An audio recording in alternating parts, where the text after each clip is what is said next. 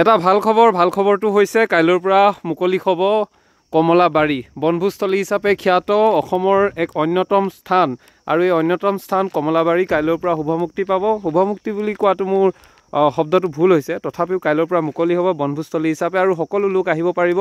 যিহেতু ডিচেম্বৰৰ প্ৰথমটো দেওবাৰ কালি ইতিমধ্যে হৈ গৈছে, কালিও বিভিন্ন প্ৰান্তৰ লোকসকল আহিছে আৰু যি নহওক কমলাবাৰী বুলি ক'লে ডিচেম্বৰ, জানুৱাৰী, ফেব্ৰুৱাৰী এইখিনি সময় বিশেষ হৈ পৰে আৰু তাৰ সমান্তৰালভাৱে শিক্ষাৰ্থীসকলৰ কাৰণে শিকিবলগীয়া বহুখিনি বস্তু আছে। ইয়াত বোটানিকেল গাৰ্ডেন আছে, যিসমূহ ঔষধি গুণসম্পন্ন গছ আছে, সকলোবোৰ আপোনালোকে চাব পাৰিব। বহুত অৰ্কিড আছে।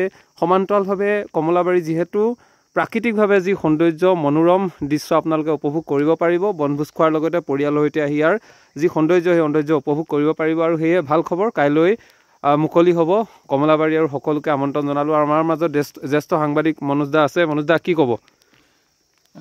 এটা ভাল খবৰ, যিহেতু ডিচেম্বৰৰ প্ৰথম এতিয়া বৰ্তমান চলি আছে, কালি দেওবাৰ হৈ গৈছে। কালি যথেষ্ট বনভোজৰ দল ইয়ালৈ আহিছিলে আৰু এই বনভোজস্থলীত আজি কেইবাবছৰো ধৰি ইয়ালৈ যথেষ্ট ৰাইজৰ ভিৰ পৰিলক্ষিত হৈছে।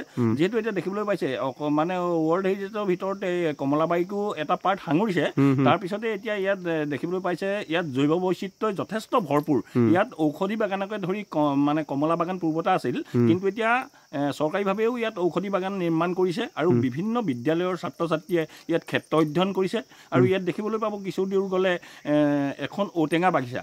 যিহেতু ঔটেঙা বাগানখন এইটো কাৰণেই কৰিছে, ইয়াত হাতীৰ উপদ্ৰৱ পূৰ্বতে যথেষ্ট আছিল, কিন্তু অসম নাগালেণ্ড সীমান্তৰ যি ইয়াত কুলু কুলু শব্দ জুৰিৰ আৰু ইয়াত চৰাই কাকলি অতি মনোমোহা আৰু সকলোকে ইয়ালৈ আহিবলৈ আমি আহ্বান জনাইছোঁ। তুমি যেতিয়া ইয়াতে এই ভিডিঅ' প্ৰস্তুত কৰিছা, সঁচাকৈ এটা বৰ মনোমোহা দৃশ্য আজি তুমি ইয়াত তোমাৰ কেমেৰাত বন্দী কৰিছা। কিছু সময় পূৰ্বে আমি দেখিবলৈ পাইছোঁ আৰু ইয়াৰ মনোমোহা পৰিৱেশটো সকলোকে তুমি এবাৰ দৃষ্টি দিবলৈ কোৱা আৰু তাৰ পাছতে ইয়াত যথেষ্ট লোক ইয়াতে উপস্থিত হ'বহি বুলি আমি আশা কৰিছোঁ আৰু ধন্যবাদ জনাইছোঁ মনোজ দাক। আৰু চাওক, আপোনালোক সকলো আহিব। যিহেতু আমাৰ পৰিৱেশ বা আমি ইমান কোলাহলৰ মাজত থাকোঁ, তাৰ মাজতে এটা সুন্দৰ পৰিৱেশৰ মাজত যদি আহোঁ, সেই শান্ত শীতল পৰিৱেশৰ মাজত আমাৰ নিজৰ মনটো কিন্তু বহুত বেছি ভাল লাগে।